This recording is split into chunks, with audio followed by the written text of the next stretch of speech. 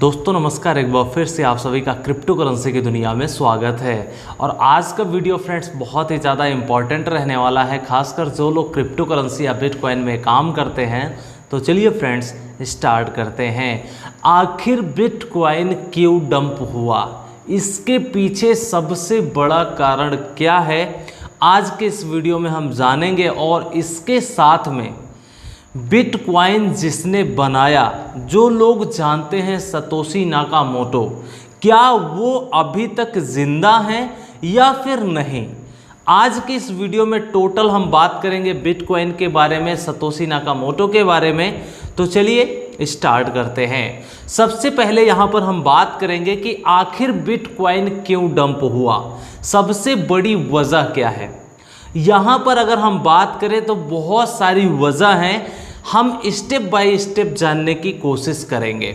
सबसे पहली बात, जैसा कि आप लोगों को पता है कि 2009 में बिटकॉइन की स्टार्टिंग हुई थी, बिटकॉइन ट्रांजैक्शंस स्टार्ट हो चुके थे, बिटकॉइन बन चुका था 2009 में। ये सब लोगों को पता है, 100% गारंटी है इस चीज़ की कि 2009 में बिटकॉइन लॉन्च हुआ था। लेकिन वहीं पर अगर हम इसकी बात करें कि आखिर बिटकॉइन जब लॉन्च हुआ 2009 में, तो इसकी सच्चाई तो सबको पता है। लेकिन यहाँ पर सबसे इम्पोर्टेंट बात है कि जो सतोशी नाकामोटो लोग जानते हैं, तो क्या इन्होंने ही लॉन्च किया था? ऐसा बिल्कुल भी नहीं है। जिस तरीके से ये 100% प्रूफ है कि 2009 में बिटकॉइन लॉन्च हुआ था, उसके 1% भी ये सच्चाई नहीं है कि सतोशी नाकामोटो ने ही बिटकॉइन को लॉन्च किया था। लोगों का ये मानना है, जिस तरीके से लोग कंसीडर कर रहे हैं, लोगों ने मार्केट में बताया है कि सतोशी नाकामोटो ने ही यहाँ पर बिटकॉइन को लॉन्च किया था। लेकिन सच्चाई क्या है, ये बिल्कुल भी कहीं भी आपको 100% प्रूफ के साथ में नहीं मिलेगा। और ये चीज़ मैं 3-4 साल से बता रहा हूँ। यूट्यूब चैनल 2018 एंड में बनाया, लेकिन सतोशी नाकामोटो के बारे में बहुत दिनों से मैं पहले भी बता रहा था, और आज ये हमें मौका मिला कि आप सब लोगों को बताया जाए। अब यहाँ पर हम बात करेंगे पूरी वर्ल्ड वाइड जितने भी क्रिप्टो करेंसी के यूजर्स हैं, चाहे वो इन्वेस्टर हों, चाहे वो ट्रेडर हों, या फिर कोई इंस्टीट्यूशंस हों, सभी लोग ये सोचते हैं, जानते हैं, सतोशी नाकामोटो के बारे में इंफॉर्मेशन लेने की कोशिश करते हैं। तो ये जो सतोशी नाकामोटो है, ये जापानीज नाम लगता है। हालांकि ये 100% श्योर नहीं है ये मेल है या फिर फीमेल है या फिर कोई कंपनी है, कुछ भी इसके बारे में नहीं पता है। सिर्फ ये पता है कि लोगों ने इसके बारे में फोमो फैला दिया, लोग इसको जानने लगे कि हाँ, सतोशी नाकामोटो ने ही बिटकॉइन को बनाया था। लेकिन अगर हम प्रूफ की बात करें तो अभी तक कहीं भी कोई भी प्रूफ नहीं मिला है। अगर आपको ये कोई बता रहा है कि बिटकॉइन का जो फाउंडर है वो मिस्टर सतोशी नाकामोटो है, तो आप ये समझ लीजिएगा ये बंदा झूठ बोल रहा है। अब हम यहाँ पर बात करेंगे, जब बिटकॉइन 2009 में बना था, जब वहाँ से इसकी लॉन्चिंग हुई थी, वहाँ से इसकी माइनिंग स्टार्ट हुई, तो इसको नियर अबाउट 11 साल हो चुके हैं।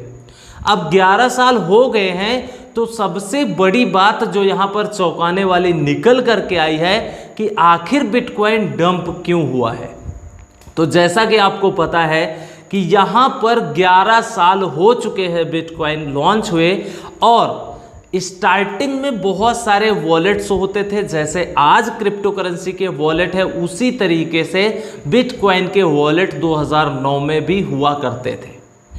वहाँ पर हुआ क्या है कि जो 10-11 साल पुराना क्रिप्टो करेंसी वॉलेट, जो वॉलेट था जहाँ पर बिटकॉइन होल्ड थे, वहाँ से जो वॉलेट था वो अनलॉक किया गया। मतलब उस वॉलेट से 40 बिटकॉइन ट्रांसफ़र किए गए।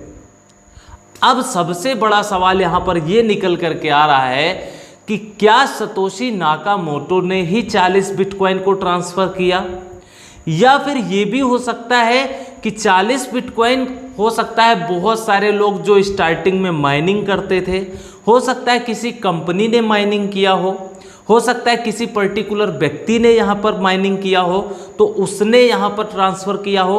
ये 100% कन्फर्म नहीं है कि आखिर ये 40 बिटकॉइन किसने ट्रांसफ़र किए हैं, लेकिन ट्रांसफ़र हुए हैं वो भी 2011 का जो वॉलेट है। ये चौंकाने वाली बात है। जितने भी क्रिप्टो करेंसी के यूजर्स हैं सभी के लिए यही सिर्फ एक बात इंपॉर्टेंट है कि 2011 का जो वॉलेट था वो अभी तक होल्डिंग पर था और आज की डेट में यहाँ पर 40 बिटकॉइन उस पर्टिकुलर वॉलेट से ट्रांसफ़र किए गए। अब यहाँ पर ये भी बहुत सारी न्यूज़ फट निकल सकती है कि जब 40 बिटकॉइन निकल सकते हैं तो हो सकता है और भी बिटकॉइन यहाँ से ट्रांसफ़र किया जाए। लेकिन यहाँ पर और एक चौंकाने वाली बात है, सतोशी नाकामोटो के पास में लोगों का कहना है किसी एक पर्टिकुलर वॉलेट्स में 10 लाख बिटकॉइन के आसपास है, जो कि बहुत बड़ी बिटकॉइन की नंबर ऑफ यहाँ पर संख्या है। आप खुद सोचिए, जिसके पास 1 बिटकॉइन है, 2 बिटकॉइन है, लाखों बिटकॉइन है, करोड़ों बिटकॉइन है, वो क्या कर सकता है मार्केट को। लेकिन ये कोई कंफर्म नहीं है कि ये बिटकॉइन सिर्फ और सिर्फ सतोशी नाकामोटो ने ही ट्रांसफ़र किया है। तो इसलिए हम लोगों को, आप लोगों को यहाँ पर बहुत इम्पॉर्टेंट है कि अलर्ट रहना है, देखना है, जानकारी लेना है कि आखिर आने वाले टाइम में क्या होने वाला है। अब सबसे बड़ी बात, अभी तक आप लोगों ने देखा कि बिटकॉइन जब डंप हुआ था कोरोना वायरस की वजह से $3800 के आसपास, तो वहाँ पर 4000 गिरा, 4500, 5000, और वहाँ पर प्रॉपर एक वीडियो भी बनाया था कि बहुत अच्छी अपॉर्चुनिटी है बिटकॉइन में इन्वेस्टमेंट करने की। उसके बाद में कंटिन्यू बिटकॉइन अप ट्रेंड में रहा, रिकवर हुआ और बहुत ही अच्छा खासा रिकवर हुआ। कहने का मतलब बिटकॉइन हाफिंग की वजह से और जो सडन डंप हुआ था उसकी दोनों की वजह से बिटकॉइन 8000 गया, $8500 गया, 9000 गया, 10000 भी गया। उसके बाद में मैंने वीडियो बनाना स्टार्ट कर दिया कि अब बिटकॉइन में इन्वेस्टमेंट नहीं करना है। सेम इसी तरीके से इथेरियम के बारे में भी बताया था। $86 पर ईथर भी डंप हुआ था और वहाँ से धीरे धीरे करके $100 पर हमने बताया था कि इसको भी ले लीजिए।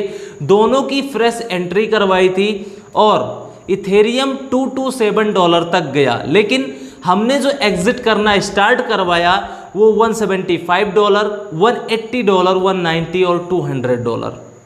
उसके बाद में बिटकॉइन कहाँ जाता है, उसके बाद में इथेरियम कहाँ जाता है, हमें लालच करने की ज़रूरत नहीं, हमें इन्वेस्टमेंट करने की ज़रूरत नहीं है।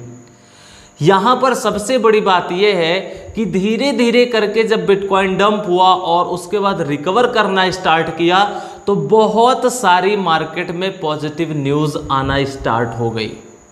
बिटकॉइन की हाफिंग का तो सबसे बड़ा फोमो चलने लगा। ऑलरेडी हमने बताया था कि अब नए इन्वेस्टर ज़रूर फंसेंगे $10,000 में, $9,000 में, $9500 में, और ऑलरेडी बिटकॉइन एक बार $8100 पे डंप हो चुका है। उसके बाद में बिटकॉइन ने फिर से रिकवरी की और फिर से अभी मैं देख रहा हूँ 9000 के नीचे बिटकॉइन आ चुका है। कहने का मतलब जितने भी नए इन्वेस्टर हैं, अगर आप यहाँ पर इन्वेस्टमेंट करना चाहते हैं तो अभी वेट कीजिए। ऑलरेडी मैंने टेलीग्राम में सब कुछ बताया है। यहाँ पर जब पॉजिटिव न्यूज आती है तो पॉजिटिव पॉजिटिव पॉजिटिव, हर तरफ आपको पॉजिटिव न्यूज़ ही दिखेगी। लेकिन अभी आपने देखा क्या, सिर्फ और सिर्फ एक ही ट्विटर पर ट्वीट आया कि 11 साल पुराना जो वॉलेट था वहाँ से 40 बिटकॉइन ट्रांसफ़र कर दिए गए। अब यहाँ से क्या होगा, निगेटिव न्यूज़ स्टार्ट हो गई। अब यहाँ पर लोगों में फट फैलेगा, यहाँ पर लोग पैनिक कर सकते हैं क्योंकि 40 बिटकॉइन ट्रांसफ़र हुए। हो सकता है 100-200 बिटकॉइन और ट्रांसफ़र हो जाएं, हो सकता है हज़ारों लाखों बिटकॉइन ट्रांसफ़र हो जाए। तो इसलिए लोगों में पैनिक चलता है। जब निगेटिव न्यूज आती है तो निगेटिव स्टार्ट हो जाता है, तो कुछ दिन तक निगेटिव भी चलता है। तो इसलिए यहाँ पर बिटकॉइन के जो चांसेस है वो डंप होने के ही हैं। अगर आपने हमारा पिछला वीडियो देखा हो जो बिटकॉइन के ऊपर बनाया था, इथीरियम के ऊपर बनाया था, उसमें सीधे यही कहा था कि अभी आपको वेट करना है, इन्वेस्टमेंट करने की ज़रूरत नहीं है, आपको मौका मिलेगा तब इन्वेस्टमेंट करना। आप में से बहुत सारे जितने भी क्रिप्टो करेंसी के यूजर्स हैं, जो ट्रेडर हैं, जो इन्वेस्टर हैं, वो लोग गलती कहाँ पर करते हैं, जब मार्केट ऊपर जाना स्टार्ट हो जाती है या फिर मार्केट ऊपर पंप हो जाती है, तब लोग इन्वेस्टमेंट करने के लिए सोचते हैं। ये गलत है। अगर आप खुद सोचिए, बिटकॉइन ऊपर चला गया, इथेरियम ऊपर चला गया, और बहुत सारे ऐसे पर्टिकुलर प्रोजेक्ट्स होते हैं जिनका प्राइस ऑलरेडी ऊपर जा चुका है, उसमें एंट्री लेने की ज़रूरत नहीं है। अगर आप वहाँ पर पेशेंस नहीं रख पाए, अपने इमोशंस को कंट्रोल नहीं कर पाए, तो आप मैं 100% गारंटी देता हूँ उस चीज़ की आपको लॉस हो जाएगा। इसलिए आप लोग अभी वेट कीजिए। अब सबसे बड़ी बात, जब आपको अपॉर्चुनिटी मिलती है तभी आपको इन्वेस्टमेंट करना है, और एक अच्छा खासा जब प्रॉफिट मिले तो बाहर हो जाना है। लालच करने की ज़रूरत नहीं है। ये बात सिर्फ और सिर्फ शॉर्ट टर्म ट्रेडर के लिए है, मिड टर्म ट्रेडर के लिए है। अगर आप लॉन्ग टर्म ट्रेडर हैं तो आप होल्ड कर सकते हैं, नो डाउट, लेकिन प्रॉफिट बुक करना ये आपकी रिस्पॉन्सिबिलिटी बनती है, क्योंकि हो सकता है प्राइस ऊपर जाने के बजाय नीचे भी स्टार्ट हो जाए, तो आप बहुत ज़्यादा पछताएंगे। इसलिए जब भी आपको मौका मिले, जब भी आपको कुछ प्रॉफिट दिखे, आप लोग प्रॉफिट बुक करना स्टार्ट कर दीजिए। अगेन, आप में से बहुत सारे लोग पूछ रहे हैं कि क्या अभी हमें बिटकॉइन बाई करना चाहिए। ऑलरेडी मैंने वीडियो में बताया है, $9,000 $10,000 में यहाँ पर मत बाई कीजिए, वेट कर लीजिए। इथेरियम का सेम बताया है, $200 जोन में बाई नहीं करना है, अभी वेट कर लीजिए। जब आपको मौका मिलेगा तभी आपको इन्वेस्टमेंट करना है। तो यही था आज का वीडियो इंपॉर्टेंट, और टेलीग्राम में ये सारी चीज़ें हम शेयर करते हैं, लिंक आपको डिस्क्रिप्शन में मिल जाएगी, उसको ज़रूर ज्वाइन कर लीजिए। और हाँ, अगर वीडियो पसंद आया तो एक लाइक ज़रूर कीजिएगा, शेयर ज़्यादा से ज़्यादा कीजिए, और कमेंट करके हमें ज़रूर बताइएगा। और हाँ, सतोशी नाकामोटो, क्या इन्होंने ही बिटकॉइन जो लॉन्च हुआ था यही है या फिर नहीं? आप क्या सोचते हैं इनके बारे में? पॉजिटिव या नेगेटिव विचार हमें कमेंट सेक्शन में कमेंट करके ज़रूर बताइएगा। हम फिर मिलेंगे, तब तक के लिए take care, best of luck, have a nice day.